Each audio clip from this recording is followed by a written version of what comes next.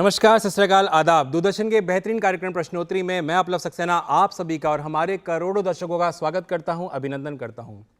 देखिए, प्रश्नोत्तरी सालों से आपके दिलों पे राज करता आ रहा है, स्पेशल है, राइट। आज मैंने स्पेशल वर्ड क्यों यूज़ किया है, क्योंकि आज हम एक विषय जिस पे बात करने वाले वो भी बहुत स्पेशल है। अगर हम बात करें गिफ्ट की, उपहार की, तो भारत जैसे देश ने पूरी दुनिया को एक उपहार दिया। उपहार में क्या दिया? कोई कॉपीराइट नहीं, कोई ट्रेडमार्क नहीं, एक ऐसी पद्धति दी जिससे आप अपने स्वास्थ्य का ख्याल रख सकते हैं, एक हेल्दी लाइफस्टाइल जी सकते हैं। हम बात करें राजस्थान की या हिंदुस्तान की या पूरे देश में, आज ये कहना गलत नहीं होगा कि अपनी दिनचर्या में भी लोग इसे अपनाते हैं और एक महत्वपूर्ण अंग, महत्वपूर्ण हिस्सा मानते हैं। जी हाँ, मैं बात कर रहा हूँ योगा की। योगा से ही होगा। जब हम बात करते हैं फिट इंडिया की, जब हम बात करते हैं हिट इंडिया की, योगा उसमें ज़रूर कारगर है। एक बार योगा के लिए तालियां प्लीज जोरदार हो जाएं, जोरदार वाली तालियां होनी चाहिए।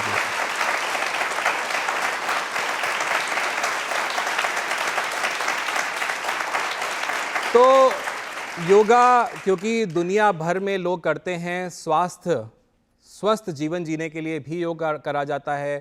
कुछ लोग उसको अपनी लाइफस्टाइल का हिस्सा मानते हैं, कुछ लोग इसको एक व्यायाम मानते हैं, कुछ लोग एक मेडिटेशन की तरह पे एक रिलैक्सेशन मानते हैं। तो आज जो सवाल आने वाले हैं वो योग से जुड़े हुए ही आने वाले हैं। करना क्या होगा, यहाँ से सवाल आएंगे, आपको अपना हाथ खड़ा करना है, जवाब देना है। सही जवाब आपको पुरस्कार देगा, गलत जवाब भगवान तो आपके साथ है ही। तो तैयार है आप लोग? आवाज़ नहीं आई, तैयार है आप लोग? तो शुरुआत करी जाए। तो एक बार तालियां जोरदार वाली हो जाएं।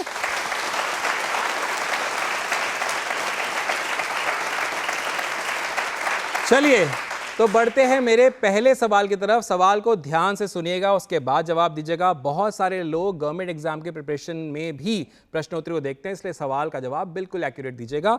आपको मुझे बताना है कि वर्ष 2026 में अंतर्राष्ट्रीय योग दिवस यानी इंटरनेशनल योगा डे की हम बात करें तो इसका कौन सा संस्करण मनाया जा रहा है। हाथ खड़े हो चुके हैं, मैं इसमें थोड़ा सा ट्विस्ट और डाल देता हूं। आपको मुझे ये भी बताना है कि पहला योग दिवस कब एवं कहां मनाया गया। कब मनाया गया, कहां मनाया गया पहला योग दिवस? 2026 में कौन सा संस्करण हम इसका मना रहे हैं? कॉन्फिडेंस से हाथ खड़ा होगा तो मैं आऊँगा। यहाँ थोड़ा लेट जगह कॉन्फिडेंस औरों को देखा कि हाँ हाथ तो खड़े हो चुके हैं, मैं भी कर सकता हूँ। चलिए, मैं पीछे से ले लेता हूँ, आपसे ले लेता हूँ जी। ये 12वां संस्करण है 2026 में। हाँ। और ये 2015 में स्टार्ट हुआ है योगा। 21 जून 2015 को पहला बनाया गया दिल्ली में राजपथ पे। ओके, नाम बताइए अपना। सुनील कुमार गुप्ता। सुनील जी, जवाब सही है इनका। तो पुरस्कार दे लिया, तालियां हो जाए इनके लिए जोरदार वाली।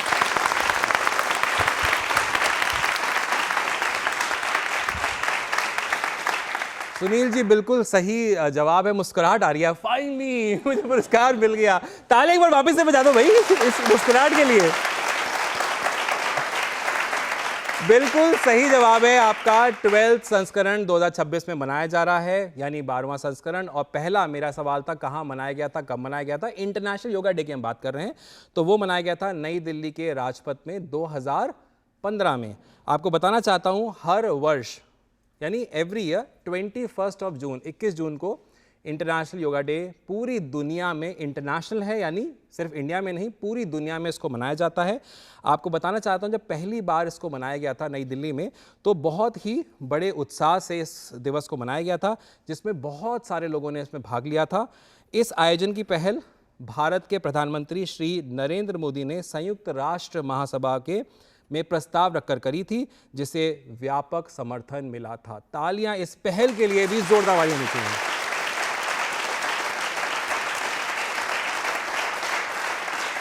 जब कार्यक्रम शुरुआत हो रही थी तो मैंने बात करी थी योगा स्वास्थ्य जोड़ते हुए, लेकिन आज के टाइम पे ये थोड़ा सा आगे बढ़ चुका है। प्रतिस्पर्धा के दौर में भी ये पहुंच चुका है। मेरा सवाल उससे ही जुड़ा हुआ आ रहा है, ध्यान से एक बार सुनिएगा। आपको मुझे बताना है, वर्ष 2026 में जो वर्ल्ड योगासना चैंपियनशिप हुई थी, उसमें भारत ने शानदार प्रदर्शन किया था। वो प्रदर्शन तो किया था, लेकिन कुल कितने पदक जीते थे? आप मुझे टोटल पदक जो जीते थे उसका नंबर बता दीजिए, मैं अवार्ड आपके नाम कर दूंगा। वर्ल्ड योगासना चैंपियनशिप 2026 टोटल भारत ने कितने पदक जीते? बाय कर रहे हो कि हाय कर रहे हो? मैं तो ये बताओ मेरे को। चलिए मैं आओ, हाँ सही है। नहीं, मैं यहाँ से पूछ लेता हूँ, मैम से पूछ लेता हूँ। जी मैम, आप खड़े हो सकते हैं, बताइए। 114 क्या पदक अरे जीते यार थे। 114 पदक किस में जीते मैम? अच्छा मैं समझ सकता हूँ, नाम बताइए मैम। सीमा। सीमा, ताले एक बार बजा दीजिए मैम के लिए। ले लीजिए मैम, आप ही के लिए।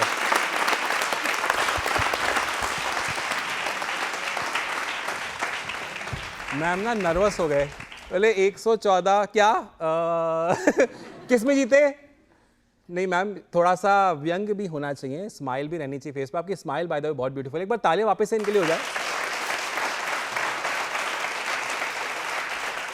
जी हाँ, एक ऐतिहासिक शानदार प्रदर्शन भारत ने किया और एक नहीं, दो नहीं, बल्कि 50 नहीं, 100 नहीं, 114 114 पदक भारत ने अपने नाम किए, जिसमें से 102 स्वर्ण थे। मतलब सेंचुरी मारी है स्वर्ण में भी। तालियां एक बार जोरदार वाली होनी चाहिए इसके लिए भी। 102 गोल्ड, 9 आपके सिल्वर एंड 3 ब्रॉन्ज, जिसको हम कांसे भी कहते हैं। क्या बात है। और ये जो प्रतियोगिता थी योगासन को वैश्विक खेल के रूप में पहचान दिलाने की दिशा में एक महत्वपूर्ण कदम मानी जा रही है कि आप इसमें खेल के तौर पे भी इसको ले सकते हैं और जो इंडिया का रिप्रेजेंटेशन है या किसी भी देश का रिप्रेजेंटेशन भी कर सकते हैं, मेडल्स भी जीत के लेके आ सकते हैं।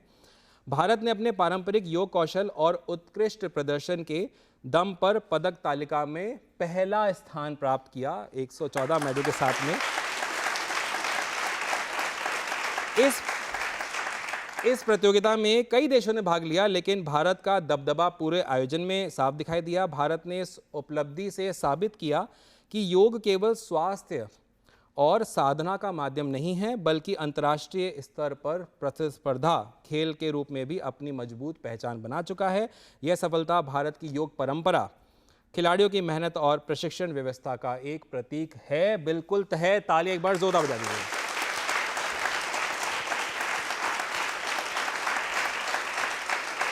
अब मैं अपना अगला सवाल आपसे पूछूं, इससे पहले क्योंकि सवाल आ चुका है मेडल्स का, और आपको पता है आज एक बहुत ही गौरव की बात है कि एक मेडलिस्ट हमारे साथ में है, गोल्ड मेडलिस्ट हमारे साथ में हैं वर्ल्ड योगासना चैंपियनशिप 2026 की। तो उनसे जानते हैं उनका सफर कि उनको कैसा लगा, वो यहाँ तक कैसे पहुंची। जोरदार तालियां हो जाएं दिव्यांशी शर्मा के लिए। तालियां एक बार जोरदार हो जाए इनके लिए। दिव्यांशी जी प्लीज। दिव्यांशी जी बहुत बहुत स्वागत है आपका प्रश्नोत्तरी कार्यक्रम में। एक तो तालियां वापस हो जाए इनके लिए। थोड़ा सा हमें अपना अनुभव साझा करें। बहुत सारे लोग इसका सपना देखते हैं कि वो देश के लिए मेडल जीते, आप जीत करके आई हैं, तो औरों को प्रेरणा के तौर पे आप क्या कहना चाहती हैं और अपना सफ़र थोड़ा सा हमारे साथ साझा करें। देखिए, आज आप देख रहे हैं ये हमने 2015 में आपको जैसे बताया मेरे भाई ने कि स्टार्ट हुआ था योग, वो सिर्फ स्वास्थ्य को लेके हुआ था जी। हमारी कल्पना भी नहीं थी कि हम मतलब इसमें नेशनल इंटरनेशनल खेलेंगे, ये तो हमारे सोच से भी बहुत परे था। आज लोग इसमें ऐसा फ्यूचर देखना चाह रहे हैं ना, वो चाहत मोदी जी ने पैदा करी है, ये अपने आप नहीं आई है। ये सर का किया हुआ एक बहुत ही बड़ा कार्यक्रम था जो आज इस वर्ल्ड योगासन में कन्वर्ट हो गया। आप देख रहे हैं सिर्फ स्वास्थ्य पे तक नहीं लिमिट में रहा है। ये स्टार्ट हुआ था सिर्फ एक गार्डन में, पार्क में, इसे लेकर आज जब यूनिवर्सिटी जैसे राजस्थान यूनिवर्सिटी सर आए हुए हैं, संस्कृत यूनिवर्सिटी के टीचर आए हुए हैं, यहाँ से जो बच्चे निकल रहे हैं वो आप अब ये मत सोचिए कि हम थोड़े से पैसे कमा के थोड़ी क्लासें ले लेंगे, थोड़ा हॉस्पिटल ज्वाइन कर लेंगे, यहाँ तक सीमित रखिए अपने बच्चों को आप खुद। इसमें सबसे प्लस पॉइंट यही है कि कोई एज लिमिट नहीं है, आप सब इसे ज्वाइन कर सकते, किसी भी एज में योग शुरू किया जा सकता है और किसी भी मुकाम पे पहुंचा जा सकता है। बहुत बढ़िया। मैं सीनियर बी में खेलती हूँ, सीनियर सी में भी खेलते हैं लोग, 55 तक खेलते हैं। जिन्होंने गोल्ड लिया उनमें से 55 भी एज हैं।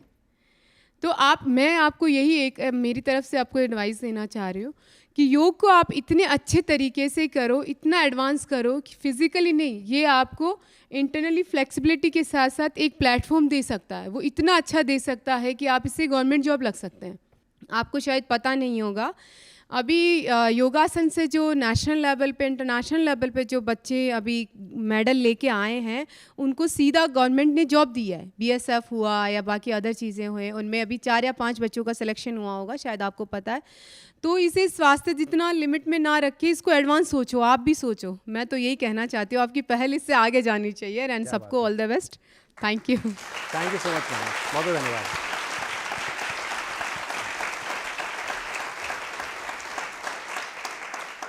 Thank you so much Divyanshi ma'am, बहुत अच्छी आपने बात करी। आई एम श्योर कि जब हम अपने देश को रिप्रेजेंट करेंगे, मेडल लेकर के आएंगे, तो हम अपने आप को तो गौरवान्वित महसूस कराएंगे, परिवार को कराएंगे, लेकिन देश को भी कराएंगे। ताली एक बार प्लीज जोरदार हो जाए सभी मेडल विनर्स के लिए।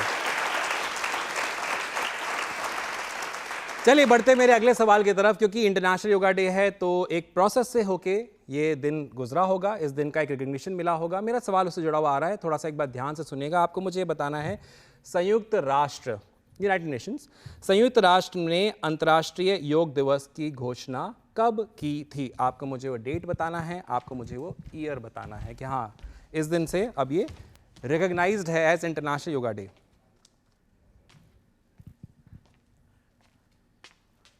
बाकी लोग ताली बजाने आए, हाथ खड़े कम हो रहे हैं।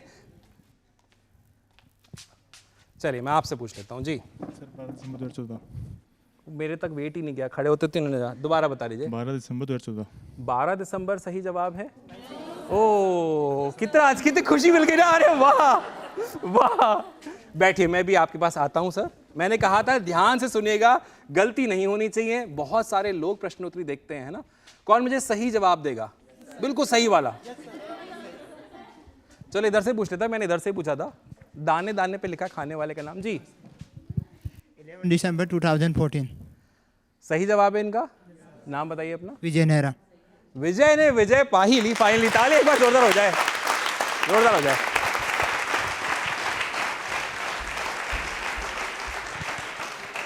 बहुत करीब थे आप, एक दिन का उलटफेर। लेकिन देखिए गलत जवाब गलत है, सही सही है, मैं उसमें कुछ कर नहीं सकता हूं। बट एक बार तालियां विजय के लिए जोरदार वाली हो जाएं। जी हाँ, सही जवाब है 11 दिसंबर 2014। संयुक्त राष्ट्र महासभा ने 11 दिसंबर 2014 को अंतर्राष्ट्रीय योग दिवस की घोषणा की थी। यह प्रस्ताव भारत के प्रधानमंत्री माननीय श्री नरेंद्र मोदी जी द्वारा रखा गया था, जिसे 177 देशों ने जो उनका समर्थन था उसको मिला था। ऐसा कहा जाता है, माना जाता है कि संयुक्त राष्ट्र के इतिहास में सबसे तेजी से स्वीकार किए जाने वाले प्रस्तावों में से एक है। दुनिया भर में पहला अंतर्राष्ट्रीय योग दिवस 21 जून 2015 को मनाया गया था। तालियां प्लीज एक बार जोरदार हो जाए।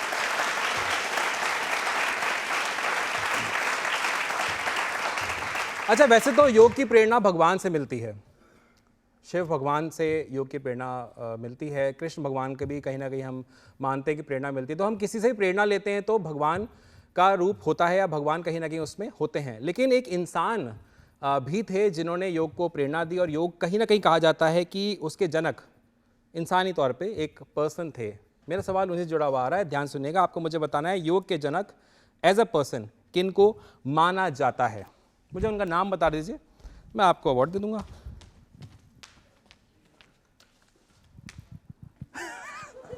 उम्मीद पे दुनिया कायम है तो होनी भी चाहिए, अच्छी बात है। मैं इधर कम आया हूं ना, इधर वाले बोलेंगे आप इधर आ नहीं रहे है ना, यही बोलने वाले थे ना।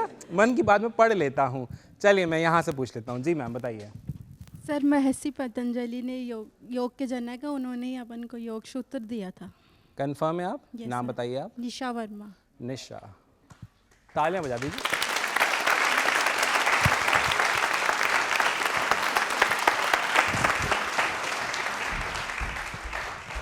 अच्छा, जो लोग आगे बैठे हुए हैं, मैं आपको, आप लोग तो देख नहीं पा रहे हो कि आप मेरी तरफ देख रहे होते हैं।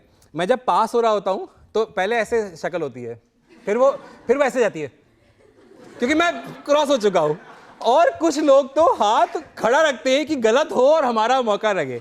बट यही प्रश्नोत्तरी है। तालियां प्लीज एक बार जोरदार हो जाए वापस से। जी हाँ, बिल्कुल सही जवाब है आपका निशा, आपने बिल्कुल सही बताया। महर्षि पतंजलि को माना जाता है, कहा जाता है कि योग के जनक हैं वो, अगर हम इंसानी रूप पे बात करें तो। उनके योग सूत्रों की रचना उन्होंने ही करी थी और जो आज भी हमें कहीं ना कहीं मार्गदर्शन देते हैं। तो प्लीज़ एक बार ताले वापस से जोरदार हो जाए। अब हम जब गुरु की बात करते हैं तो मार्गदर्शन हमें हमेशा कोई गुरु ही देता है। तो आज एक ऐसे ही गुरु जी हमारे बीच में आए हुए हैं यूनिवर्सिटी ऑफ राजस्थान से। उनके लिए भी हम जोरदार तालियां बजाएंगे। मैं उनको यहाँ रिक्वेस्ट करना चाहता हूँ, एक बार जोरदार तालियां रमाकांत सर के लिए। Ramakant Mishra ji, please sir. रमाकांत मिश्रा जी हमारे बीच में हैं आज यूनिवर्सिटी राजस्थान से। सर बहुत बहुत स्वागत है प्रश्नोत्तरी कार्यक्रम में। योग बना, योग को बहुत सालों से लोग कर रहे हैं। आज के टाइम पे इंटरनेशनली योग लोग करते हैं। क्यों किया जाता है योग, क्यों करना ज़रूरी है, इसके क्या लाभ हैं, थोड़े से उससे जुड़ी हुई बातें बताएं सर। अगर हम दर्शन की बात करें तो योग का मतलब ही है जोड़ना।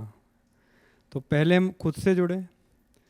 अब जैसे बुद्ध का भी उल्लेख आता है कि लोग बुद्ध से पूछते थे कि साहब मुझे समाधि का अनुभव कराइए, तो बुद्ध ये जवाब देते हैं आप पूर्ण रूप से मेरे पास आइए। तो ये कहता मैं आ गया, बोला नहीं आपका मन कहीं और है अभी। तो जहाँ भी हम बैठें, जो भी कार्य करें, पूरे मनोयोग के साथ करें। मन आपका वहाँ रहना चाहिए, शरीर है मन कहीं और है। जब मैं क्लास में पढ़ाता हूँ बच्चे बाद में पूछते सर क्या बोला आपने, तो मैंने कहाँ थे आप। तो जहाँ हैं वहीं रहिए, मन और शरीर के साथ। और जब दोनों मन और शरीर एक साथ होंगे तब हमारा आध्यात्मिक उन्नति बढ़ती है। अध्यात्म का मतलब कपड़े बदलना नहीं है, मेकअप बदलना नहीं है कि बाल बढ़ा लिए, गेरुए कपड़े पहन लिए, हिमालय चले जाओ। हिमालय का मतलब है जहाँ आप शांति का अनुभव करें। ठीक है, घर में रहकर भी अपने योग की दोनों ही परंपराएं, गृहस्थ परंपरा भी है और संन्यास परंपरा भी है। जो लोग घर में रह के भी कर सकते हैं, सबको हिमालय जाने की ज़रूरत नहीं है। और जो महर्षि पतंजलि ने योग सूत्र दिया है, अगर आप उसको पढ़ें, जब भी आप तनाव में हो, जब भी आपको अपना कोई उद्देश्य नहीं मिल रहा हो, उसको पढ़िए। और बहुत अच्छा योग सूत्र है, आपको हर चीज़ का इलाज मिल जाएगा उसके अंदर, अगर आप एक बार ढंग से पढ़ें। एक दो बार में समझ में नहीं आता है, क्योंकि अचानक से पढ़ते हैं। जब दो चार बार आप उसको पढ़ेंगे और समझेंगे, खाली रटना नहीं है, पढ़ने का मतलब रटना नहीं है, समझना है। उपनिषद का मतलब है कि कोई भी ज्ञान आप लेना चाहते हो तो अपने गुरु के सानिध्य में जाके लीजिए और खूब डिस्कस कीजिए, खूब सवाल पूछिए। दिव्यांशी को मैंने जब तैयार किया तब तो ये तो कुश्ती की चैंपियन थी। उसको योग में कन्वर्ट किया तो किसी को उम्मीद नहीं थी कि आप फालतू में टाइम वेस्ट कर रहे हो। कोई इंटर यूनिवर्सिटी भी नहीं होती इसमें, इंटर कॉलेज भी नहीं होते, इसके कोई नंबर एक्स्ट्रा नहीं मिलते। तो जब धीरे धीरे शुरुआत किया, जब योगा की हमने डिस्ट्रिक्ट चैंपियनशिप कराई थी सबसे पहले, तो 5 या 10 बच्चे आए होंगे केवल।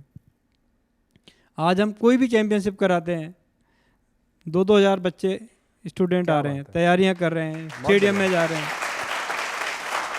जीवन जीना आना चाहिए, और जीवन वही जी सकता है जो योगी होगा। योगी का मतलब खाली कपड़े चेंज करना नहीं है, आप अच्छी तरह पढ़ाई कर रहे हो। पहला कर्तव्य, गीता में कहा गया ना, हमारा धर्म क्या है। धर्म मतलब जाति है वो नहीं, धर्म क्या है, कर्तव्य, मॉरल ड्यूटी क्या है। एज ए स्टूडेंट आपकी ड्यूटी क्या है, पढ़ाई करना, तो अच्छी तरह पढ़ाई करो। एज ए टीचर आपका काम क्या है, पढ़ाना, तो ढंग से पढ़ाओ। या तो बिल्कुल मत पढ़ाओ या ढंग से पढ़ाओ, या तो आप मेरे जैसे हो जाओ या मैं आपके जैसे हो जाऊँ। यही है ना उद्देश्य योग का। तो अपने जीवन को सार्थक बनाइए और नकारात्मकता को अपने ऊपर हावी मत होने दो। आपकी बुराई करने के लिए दुनिया बैठी है भाई, अपनी इज्जत अपने हाथ। जब आप अपनी ही बड़ाई खुद नहीं करोगे और आपका खुद का कॉन्फिडेंस अपने ऊपर नहीं होगा, तो दूसरे से आप क्या उम्मीद करोगे। जब मैं फिलॉसफी पढ़ रहा था तो मेरे एक लाइन मुझे हमेशा याद हो, मैं हमेशा मानता हूँ कि मैं सोचता हूँ इसलिए मेरा अस्तित्व है।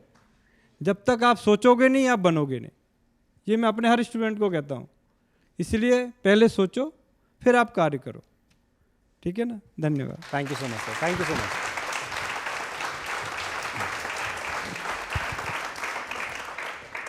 Thank you so much Ramakant sir. और एक बार तालियां हो जाए जोरदार वाली। ऐसे ही पता चलता है जब स्पीकर्स हमें बताते हैं कि किस तरह से हम एक अच्छे विद्यार्थी बन सकते हैं और किस तरह से सवाल पूछ करके हम अपनी जो भी जिज्ञासाएं उनका जो जवाब है वो पा सकते हैं। चलिए बढ़ते हैं अगले सवाल की तरफ। अगला सवाल जो आ रहा है, ध्यान से सुनिएगा। सवाल में थोड़ा सा ट्विस्ट है, आपको मुझे बताना है सूर्य नमस्कार में कुल कितने चरण होते हैं। चरण बताइएगा, आसन मत बताइएगा। हिंट दे चुका हूं, ध्यान से अगर सुना होगा तो आंसर आपका सही आएगा, नहीं तो गलत कर देंगे आप।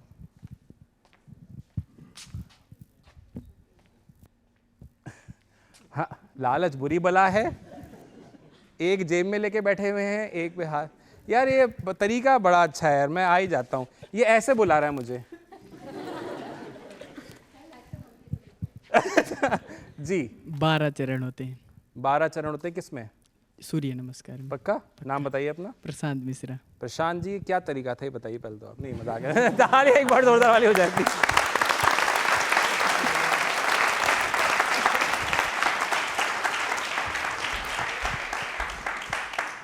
नहीं वैसे ही अच्छा थॉट है, नए नए आप तरीके इजाद कर सकते हैं बुलाने के। कोई ऐसे बुलाए, कोई मतलब डिमांड में लगना चाहिए ना हमें भी। बट एक बार ताले वापस से जोरदार वाली हो जाए उनके लिए। जी हाँ, आसन कम होते हैं, चरण ज़्यादा होते हैं। टोटल मैंने जो सवाल था चरण पे था, 12 चरण होते हैं। आपको बताना चाहता हूँ सूर्य नमस्कार में कुल 12 चरण होते हैं, जो शरीर, मन और श्वास को संतुलित करने वाला एक संपूर्ण योग अभ्यास माना जाता है। इसे पूर्ण व्यायाम भी कहा जाता है क्योंकि इसमें पूरे शरीर की जो मांसपेशियाँ हैं सक्रिय होती हैं और शरीर में ऊर्जा का संचार होता है। कितने लोग सूर्य नमस्कार करते हैं वैसे? ताली अपने लिए बजाइए ना फिर अब तो। क्या बात है, बहुत बढ़िया।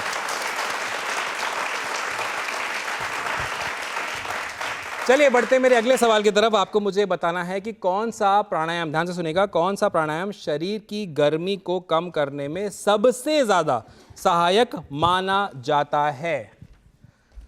जिसको कहा जाता है कि सबसे ज्यादा सहायक है ये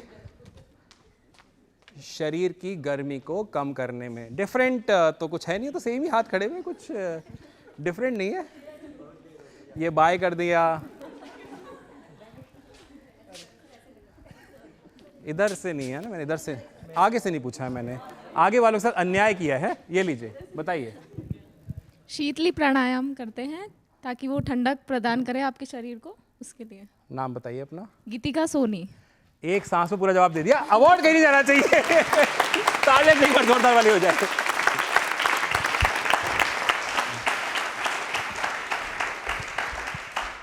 जी हाँ, शीतली प्राणायाम, इसको शीतकारी प्राणायाम भी कहा जाता है। रमाकांत सर सही हूँ मैं? तो इसको इस नाम से भी जाना जाता है। एक विशेष योग की तकनीक है जिसका मुख्य उद्देश्य शरीर और मन को ठंडक पहुँचाना है। शीतली शब्द संस्कृत में शीतल यानी ठंडा से बना हुआ है, जिसका अर्थ ठंडक या शांति प्रदान करना होता है। इस प्राणायाम में जीभ को नली के आकार में मोड़कर मुंह से श्वास अंदर ली जाती है और फिर नाक से धीरे धीरे बाहर छोड़ी जाती है। यह प्रक्रिया शरीर के तापमान को संतुलित करती है, इसलिए इसको ज़रूर करना चाहिए। तालियां प्लीज़ एक बार जोरदार हो जाए। अब मैंने ना आपको तरीका बताया है, बहुत सारे व्यूअर्स भी घर पे इस प्रोग्राम को देख रहे होंगे, वो कहेंगे ठीक है बता तो दिया, ये होता कैसे है, तो करवा के देखा जाए कैसे होता है ना, इंटरेस्टिंग हो जाएगा। तो एक बार जोरदार तालियां हो जाए रोहतास कुमार गुजर के लिए और चेल्सी सैनी के लिए, वो हमें आके यहाँ डेमोन्स्ट्रेट करेंगे। तालियां प्लीज़ एक बार जोरदार हो जाए।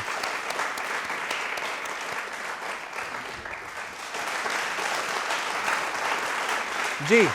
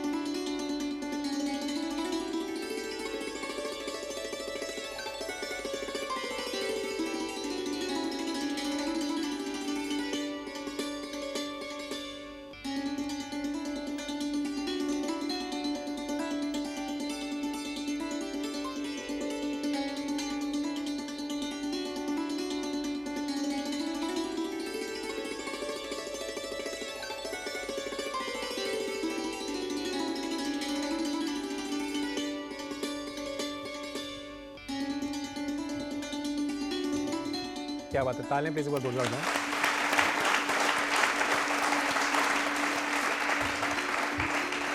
और आपको भ्रामरी प्राणायाम भी करके दिखाएंगे ये लोग। जी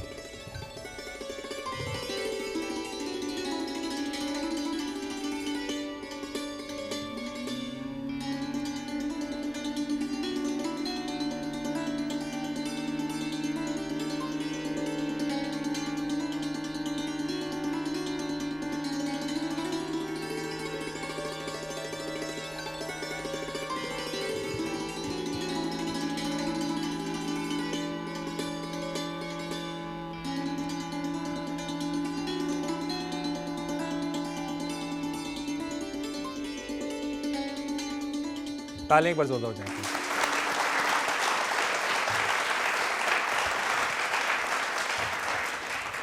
अब जो सवाल मेरे आ रहे थे उस पर थोड़ा सा ट्विस्ट आ जाएगा, क्योंकि अब सवाल मैं नहीं पूछूंगा, ये करके दिखाएंगे और आपको जवाब देना होगा, और उसका हम एक्सप्लेनेशन भी आपको देने वाले हैं। उसके लिए मैं रिक्वेस्ट करना चाहता हूं डॉक्टर नवनीत कुमार जी से कि मेरे साथ आ जाएं। तालियां एक बार नवनीत जी के लिए जोरदार वाले दीजिए।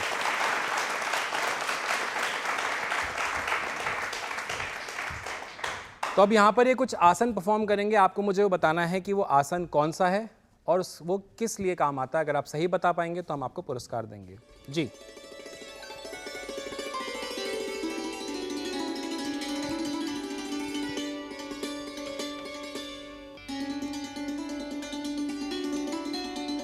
जी, तो ये आसन कौन सा है आपको मुझे बताना है।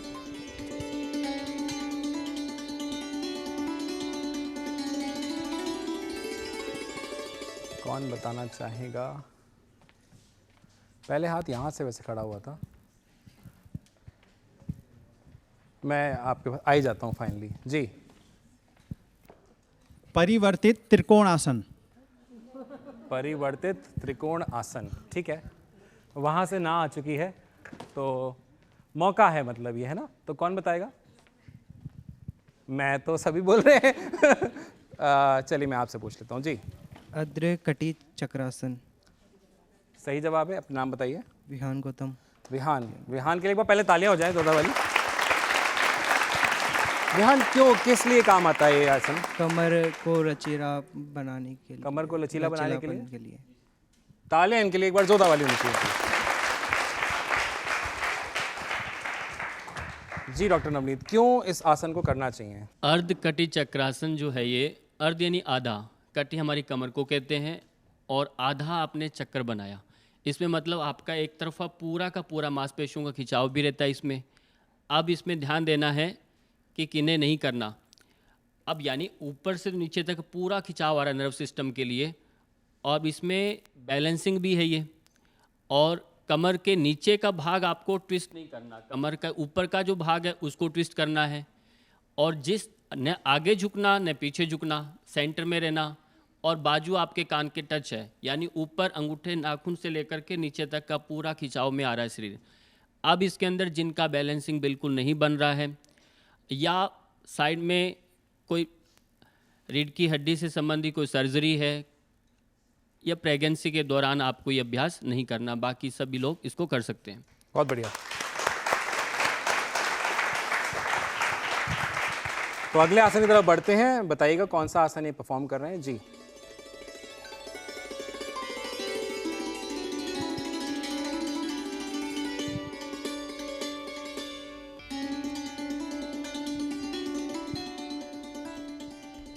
जी, तो ये कौन सा आसन है और इसके फायदे क्या हैं? कौन मुझे बताएगा? इधर तो मैं आ चुका हूँ, बार बार इधर ही बता रहे हो, ऐसा क्यों कर रहे हो? हाँ, आ तो गया। हाँ जी, परिवर्त त्रिकोणासन। नाम बताइए अपना। अभिषेक शर्मा। अभिषेक जी का जवाब सही है, क्या बात है। क्यों क्यों काम आता है ये? शरीर ये साइड में फैट रहता है उसमें लाभदायक है, और अपनी स्पाइन को ये लचीलापन बनाता है। सही जवाब है इनका। तालियां फिर जोरदार वाली होनी चाहिए, जोरदार वाली।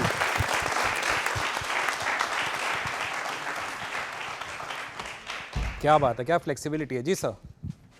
बहुत सुंदर।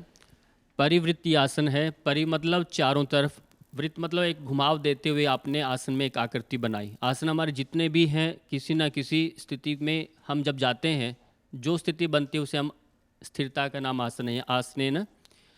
अब इसमें प्रभाव की बात करें, हर एक आसन अपने आप में मानसिक स्तर पर, फिजिकल भी, आपका शारीरिक स्तर पर, और आध्यात्मिक यानी आपका स्पिरिचुअल लेवल पर वो बेनिफिट देता है। तो फिजिकल की बात देखें तो ये जब ट्विस्ट करते हैं, अब ट्विस्टिंग के अंदर आपका हमारी कुछ मसल्स रहती है, वो कुछ तिरछी होती है, कुछ सीधी है, कुछ टेढ़ी रहती है। तो तिरछी जो मसल्स रहती है उनमें काफ़ी लचीलापन आता है, और ट्विस्ट के साथ साथ हमारे लार्ज स्मॉल इंटेस्टाइन में मूवमेंट आती है। पाँव में गैप है, यदि पाँव में आपने पाँव को मोड़ा नहीं है, सीधे रखते हैं, तो पाँव में अर्थराइटिस की जो समस्याएं आती हैं, जो साइटिका का जो प्रॉब्लम स्टार्ट होता है, वो इसमें ठीक होने लगता है। तो ये काफ़ी हद तक अच्छा है। पर जब ट्विस्टिंग वाले आसन आते हैं तो यदि सीवियर कोई भी प्रॉब्लम आती है रीढ़ की हड्डी से जुड़ी हुई प्रेगनेंसी के दौरान, तो उस समय आपको ये अभ्यास नहीं करना। बहुत बढ़िया, तालियां पर जोरदार बजाएं।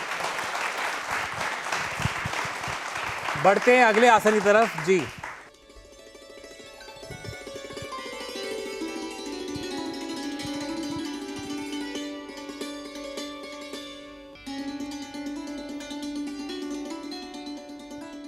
ऑलमोस्ट सबके हाथ खड़े हो चुके हैं। देखते हैं कि कौन सही जवाब दे पाता है।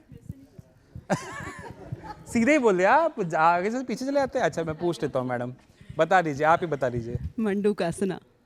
नाम बताइए मैं अपना। पूनम जनियानी। भगवान पे यकीन हो गया आपको आज कि भगवान है, एग्जिस्ट कर। ताले एक बार जोरदार हो जाए इनके लिए।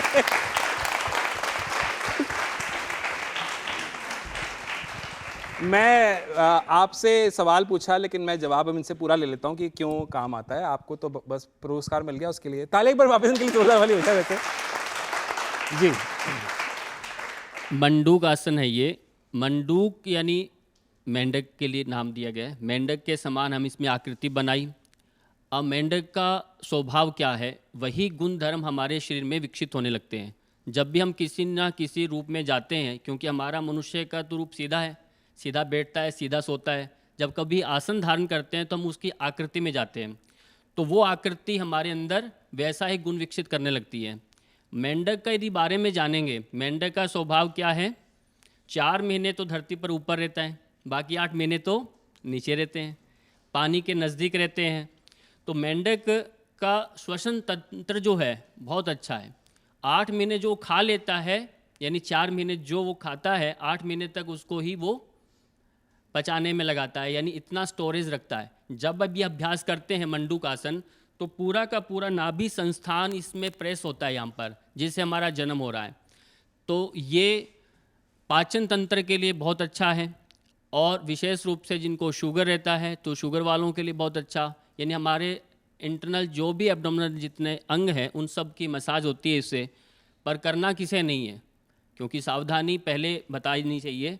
करना किसे नहीं, जिनको एसिडिटी है, यानी बहुत ज़्यादा तेजाब बन रहा है, या प्रेगनेंसी के दौरान, या पीरियड्स के दौरान, या बहुत कॉन्स्टिपेशन बना हुआ है तब नहीं करना, कमर दर्द तेज है तब नहीं झुकना, हार्ट की कोई डिजीज़ बनी हुई है तब नहीं करना। ऐसी सब स्थितियों को ध्यान रखना है, फिर ये अभ्यास करना है। आसन जितने लाभकारी है उतना उनका दुष्परिणाम भी होता है, हठ योग में बताया। इसलिए सब जान करके अभ्यास करेंगे तो ज़्यादा लाभ मिलेगा। तालियां बजाते रहिए। चलिए बढ़ते हैं अगले आसन की तरफ। देखते हैं कौन सा आसन ये कर रहे हैं, आपको पहचानना है वो।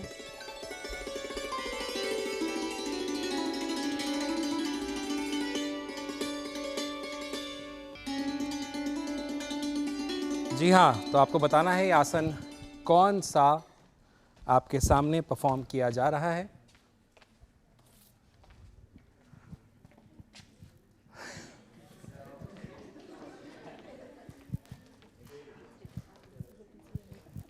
अरे मैं लो आ गया। नहीं, शक्ल नहीं देख के अभी बताता हूँ क्या था, आप पहले आंसर दे दीजिए। वक्रासन। नाम बताइए अपना। अलका अरोड़ा, डॉक्टर अलका। इनका स्टेटमेंट था, फिर पीछे चले गए, रुकते ही नहीं यहाँ पे। रुक गया मैं। भगवान पे आपको भी यकीन हो गया ना? तालियां साथ ही एक बार जोरदार वाली।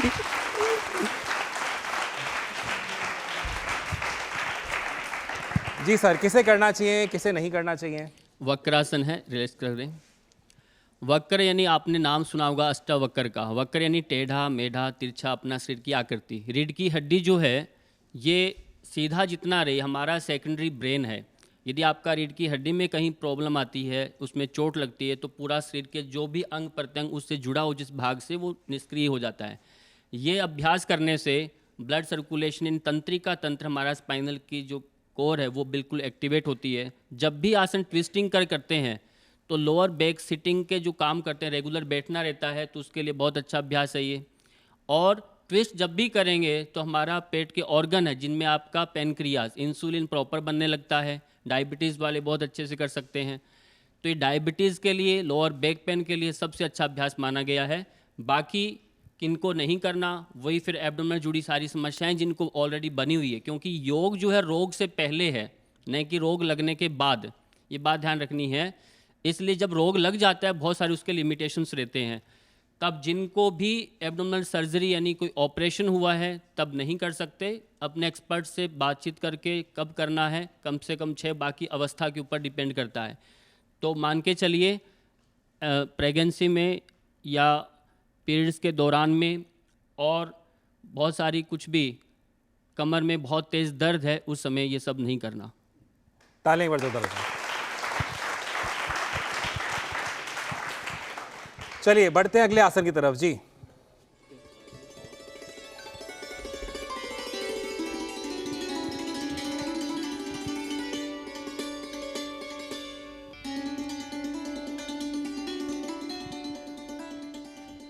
तो आपको मुझे बताना है कौन सा आसन ये परफॉर्म यहाँ पर आपके सामने किया जा रहा है। हाथ में दर्द होने लगा, हे भगवान, इतना झूठ। अच्छा पीछे मैं नहीं आया हूँ, दो खड़े ही नहीं हो रहे बस आप। अच्छा मैं आ गया जी जी। भुजंगासन। भुजंगासन सही जवाब है इनका। नाम बताइए अपना। पूजा शर्मा। पूजा शर्मा। तालियां पूजा जी के लिए एक बार जोरदार वाली हो जाए।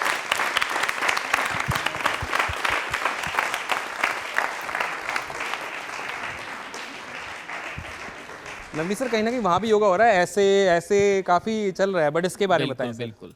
भुजंग यानी सर्प यानी कहते हैं सरक के जो चलता है उसे हम सर्प बोलते हैं।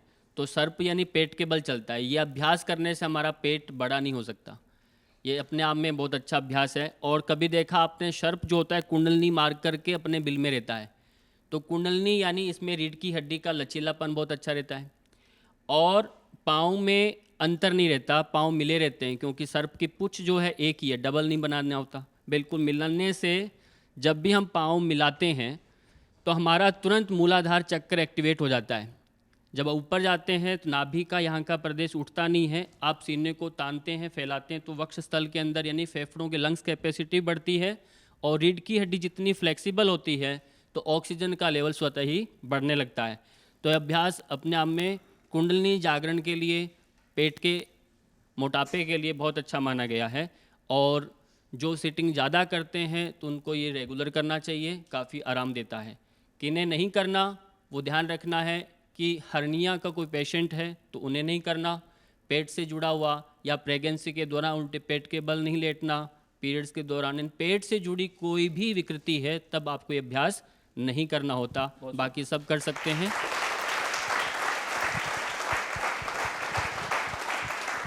तो चलिए देखते हैं अगला आसन कौन सा आ रहा है हमारे लिए जी।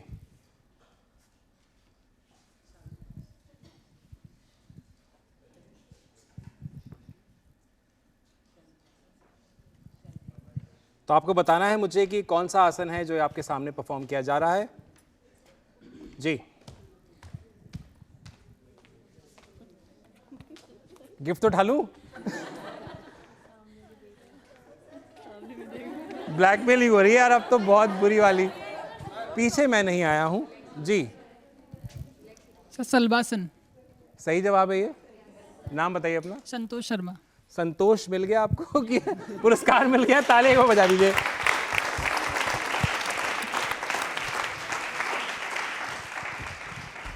जी सर, किसको करना चाहिए किसे नहीं करना चाहिए? शलभासन है ये, और शलभ यानी एक कीट है, ये टीडे को बोलते हैं। और आपने देखा हो टीडा जो है उसका स्वभाव वो समूह में रहता है, यूनियन में रहता है। योग तो वैसे ही सबको जोड़ता है, तो स्पेसिफिक या लोअर बैक में किसी को टेढ़ापन आ जाता है, रीढ़ की हड्डी में नीचे के भाग में रीढ़ की हड्डी टेढ़ा हो रही है, तो उसके लिए सबसे अच्छा अभ्यास माना गया है। और दूसरा यूरिन, अपना रिप्रोडक्टिव सिस्टम है, जेंटल ऑर्गन्स हमारे, उनके लिए बहुत अच्छा अभ्यास है ये। और इसमें शरीर पीछे से बिना घुटने मोड़े एक साथ जब उठता है, मेन स्ट्रेंथ इसका लोअर बैक का ही बढ़ने वाला इसमें। और स्वादिष्ठान चक्कर, सभी जितने भी आसन है किसी न किसी ग्रंथि और चक्रों पर इनका प्रभाव रहता है, तो ये स्वादिष्ठान चक्र को और मूलाधार चक्र पर विशेष प्रभाव छोड़ता है। तो इस प्रकार से करना किसे नहीं है, आप जब भी पीछे जब उठेंगे तो प्रेशर तो बॉडी पर आएगा, तो यानी आपका हार्ट बीट तेज होती है। हार्ट पेशेंट इसको नहीं करेंगे, प्रेशर आपको चेहरा नहीं उठाना, उसके लिए फिर रिलैक्स होकर थोड़ा हल्के में करना होता है। तो और एसिडिटी वाले, प्रेगनेंसी के दौरान, पीरियड्स में सबको नहीं करना, कोई भी एब्डोमिनल सर्जरी उन सब में नहीं करना। बाकी आसन जो है ये अपने आप में अच्छे हैं। चलिए बढ़ते हैं अगले आसन की तरफ।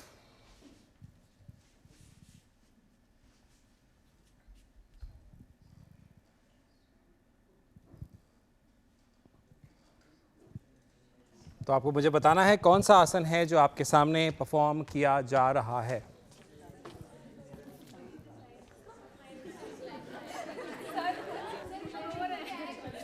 मैंने अभी इधर से पूछा, चलो इस साइड आ ही जाता हूँ मैं। आ गया मैं इस लाइन में। मैं पूछ लेता हूँ, लो मैं पूछ लेता हूँ मैं पूछ लेता हूँ। बताइए। उत्थान पाद आसन। नाम बताइए अपना। मेरा मंजू राठौड़ है।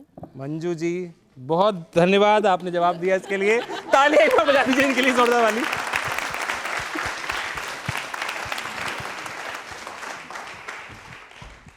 जी नवनीत सर। आसन का नाम है उत्तान पाद आसन। उत्तान यानी तानते हुए अपने पाँव को सीधा उठाना है। 30 डिग्री तक हम उठाते हैं इसमें। अब जब भी पाँव आप उठाएंगे तो आपका नाभि संस्थान इसमें खूब सक्रिय हो जाता है।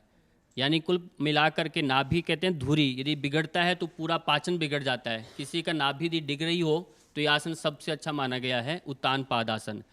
तो इससे मणिपुर चक्र भी एक्टिवेट होता है और पूरा पाचन यानी रस अच्छा बनने लगता है। जब रस अच्छा बनता है तो आगे की क्रिया प्रॉपर बनने लगती है। हम रस बनता है कि नहीं बनता इस पर ध्यान नहीं देते। हम डायरेक्ट सोचते हैं कि हमारे चेहरे पर ग्लो आ जाए, वो नहीं आता। वो 7 जो धातु होती है, अंतिम चरण है वो। पहले खाने का रस बने, फिर आपका रक्त अच्छा बने, मांस बने, मेद बने, और फिर हड्डी और मज्जा, और फिर लास्ट में जाके ओज बनता है। तो हमारा ये जितने आसन है उसका संबंध यानी इसमें विशेष रूप से नाभि से जुड़ा हुआ है। तो पाचन सक्रिय होता है। कमर दर्द वाला जिनको तेज है वो नहीं करे, कमर दर्द जिनको रहता है, बाकी सभी कर सकते हैं। कमर को स्ट्रेंथ देता है, पर दर्द में नहीं करना, दर्द के लिए मना किया गया है। बढ़ते हैं अगले आसन की तरफ। ध्यान थोड़ा सा ज़्यादा दीजिएगा क्योंकि ये आखिरी आसन है जो हम यहाँ पर प्रेजेंट आपके सामने कर रहे हैं। जी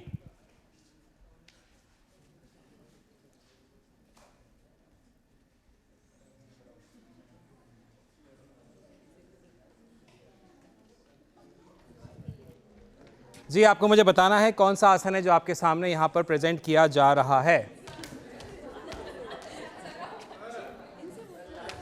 हाँ, अब आपको मिल गया। मैं यहाँ पूछ लेता हूँ।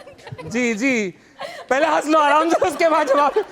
हंसी नहीं रुक रही है, जवाब तो बाद में आएगा। जी यस सर, सेतुबंद आसन कहते हैं इसे। अच्छा, सही जवाब है इनका। यस। खुश हैं आप? खुशी नाम है आपका? सर। नाम बताइए अपना। सुहासी गुप्ता। सुहासी, खुशी सुहासी मिलता था। ये लीजिए, ताली पर जोरदार हो जाए इनके लिए।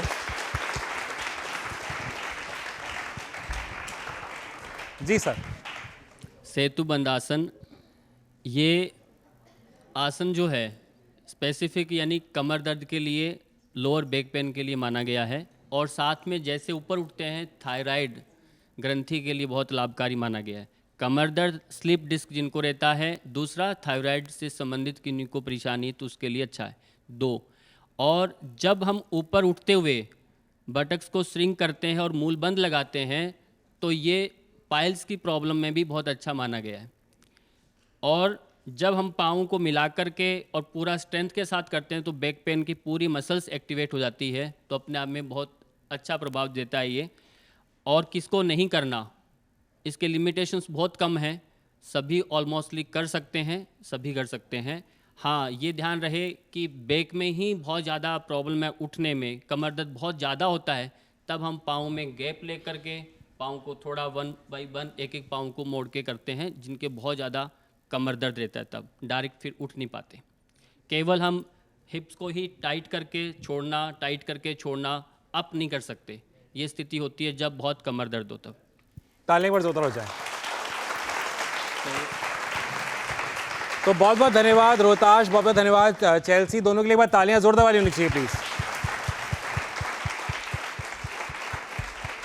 आप जाके अपना स्थान ग्रहण कर सकते हैं। बहुत बहुत धन्यवाद। तो एक बार डॉक्टर नवीन सर के लिए भी तालियां प्लीज जोरदार होनी चाहिए। बहुत बहुत धन्यवाद सर, प्लीज। तो योगा जैसे आपने देखा अभी आसन भी आप परफॉर्म हुए, आप लोगों ने गेस भी किया, बिल्कुल सही जवाब भी दिया, लेकिन यहीं तक योगा सीमित नहीं है, बल्कि बॉडी को फ्लेक्सिबिलिटी योगा बहुत ज़्यादा देता है। और आज के टाइम पे टर्म बहुत ज़्यादा फेमस हो रहा है वर्ल्ड वाइड, इसे कहते हैं एडवांस योगा। जानना चाहेंगे आप एडवांस योगा कैसा दिखता है, क्या होता है, जानना चाहेंगे? ताली हो जाए एक बार जोरदार। हम बुलाते हैं हमारे 4 पार्टिसिपेंट्स को जो यहाँ के योगा करेंगे, प्लीज़।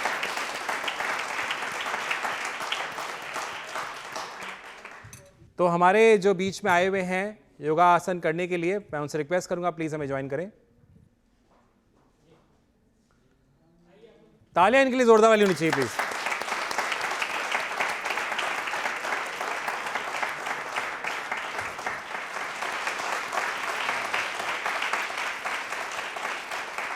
जी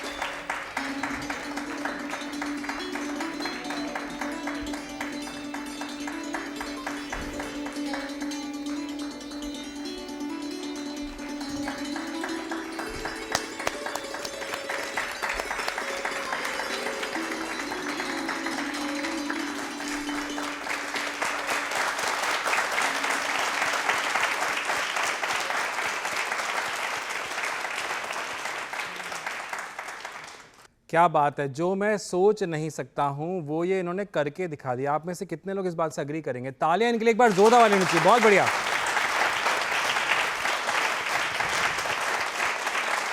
तो ये बात तो हमें दिख गई कि एडवांस योगा इतना आसान नहीं है, कितना कठिन है, लेकिन इसके बारे में थोड़ी सी बारीकियां और समझते हैं। मैं वापस से डॉक्टर नवीन से रिक्वेस्ट करना चाहता हूं हमारे को ज्वाइन करें। तालियां इनके लिए प्लीज एक बार जोरदार हो जाए। नवनीत सर, ये एडवांस योगा किसे करना चाहिए, क्योंकि इतना हार्ड है, मुझे लगता है बहुत सारी प्रैक्टिस भी इसमें चाहिए होती है। थोड़ा सा बताएं हमारे व्यूअर्स को प्लीज़। बिल्कुल अभ्यास का विषय है। योगाभ्यास ही प्रारंभिक जो अभ्यास रहता है तो उसमें तो हम एक मॉनिटरिंग करते हैं। जब व्यक्ति साधक में प्रवेश लेता है, यानी स्वतः चेतना से जब अभ्यास में लगने लगता है, तो समझिए वो साधक बन गया है। अब ये जो विद्यार्थी आपने देखे, तो यहाँ प्रशांत मिश्र जी है, प्रियंका है, उर्मिला है, विष्णु सारण जी है, इन्होंने जो प्रदर्शन किया, ये काफ़ी समय से अभ्यासी हैं और आज जो आपके सामने ऐसा आसन कर पाए। अब बात यहाँ ये आती है, क्या ये फ्लेक्सिबिलिटी क्या हम सब लोग कर पाएंगे, क्या इसका प्रयोजन क्या है? मेन बात ये आती है, महर्षि पतंजलि ने तो कई आसनों के बारे में ऐसे बताया नहीं। महर्षि पतंजलि का जो योग दर्शन है, क्योंकि महर्षि पतंजलि जो हैं वो बहुत बड़े मनोचिकित्सक हैं। जब हम उनको पढ़ते हैं, उनके बारे में जानते हैं, तो सभी समस्याओं का समाधान आज के समय में देखा खोजा जाए तो उस दर्शन में मिलता है। तो उन्होंने योग दर्शन में द्वितीय पाद यानी साधन पाद जो है, उसमें आसन के केवल 3 सूत्र उन्होंने दिए। तो पहला सूत्र दिया कि जब आप यानी स्थिरम सुखम आसनम कहा, जब आसन में आप स्थिरता में रहते हैं और एक स्थिति बनती है, मुद्रा जब बनती है शरीर की, तो अवस्था आपकी आसन है। आसन यानी जो भी मुद्रा आपने बनाया। अब आसन सिद्ध कब होगा, ऐसे लिए प्रश्न आया। तो दूसरा सूत्र उन्होंने दिया, प्रयत्न शैथिल्य अनंत समापत्तिभ्याम, यानी आपका प्रयत्न जो है, जब आसन करते हैं तो उसमें हमारा फोर्स लगता है, ताकत लग रही है, वो प्रयत्न शिथिल हो जाए और आपका समापत्ति यानी अनंत समापत्ति, अनंत यानी आकाश यानी ईश्वर, जो आपका लक्ष्य है उसके अंदर आपका ध्यान सतत बना रहे। ऐसी जब अवस्था बनती उस आसन के अंदर, तब वो आसन आपका सिद्ध कहलाएगा। इसके लिए कोई सीमा तय नहीं है, हो सकता आपका इस जन्म में सिद्ध हो कि नहीं। फिर तीसरा जो कहा है, सिद्धि के बाद आपको पता कैसे चलेगा, कैसे सिम्टम्स पता चलेंगे, तो उसके लिए उनका तपो द्वंद्वान अभिघात, तीसरा सूत्र। तो आपके शरीर के अंदर द्वंद्व यानी जो भी सर्दी, गर्मी, भूख, प्यास, लाभ, हानि, जय, पराजय, जो अवस्थाएं बनती हैं द्वंद्व की, वो आपको चित्त को बाधित नहीं करेगी। तो ये तीसरी अवस्था है। तो ये 3 सूत्रों के माध्यम से उन्होंने बहुत लंबा दृष्टिकोण दिया। अब बात आती है कि जब आसन में जब व्यक्ति कोई गया कठिन आसन के अंदर, तो एक उसमें कर्मबद्धता रहती है, लयबद्धता रहती है और समयबद्धता के साथ हम अभ्यास करते हैं। तो वो लय और समयबद्धता से जब होल्डिंग करता है, तो उस विपरीत परिस्थिति में उसका मन करता है बाहर निकल आऊं, पर आप कहते हैं रुको थोड़ा। तो कष्ट सहन करने की जो सहनशीलता उसकी बनने लगती है, वही द्वंद्व जो है समाज में उसको बैलेंस देता है। यही समत्वम योग उच्यते है योग दर्शन में। और ये जो बात कही श्रीमद् भगवत गीता में, तो समत्वम योग उच्यते, फिर सत्व गुण, रजोगुण, तमोगुण, तीनों गुण उसके बैलेंस होने लगते हैं। तो वो धैर्य से, दृष्टा भाव से स्वयं को देखने लगता है, जीवन में उसका व्यवहार में दृष्टिकोण बदलने लगता है। आसन क्या नहीं करता, आसन बहुत कुछ करता है। इसलिए यदि हमारा शुरुआत करें सामान्य योगाभ्यास से कर सकते हैं। अंतर्राष्ट्रीय योग दिवस के दिन में जो एक पाठ्यक्रम बनाया गया है सामान्य योगाभ्यास का प्रोटोकॉल, बहुत सिंपल है। उस सिंपल अभ्यास से आप नियमित करना प्रारंभ करें, तो हमारा जीवन में जो अंदर जो चित्त है वो सत्व गुणी है, तो स्वतः ही आपके अंदर सत्व बढ़ने लगेगा।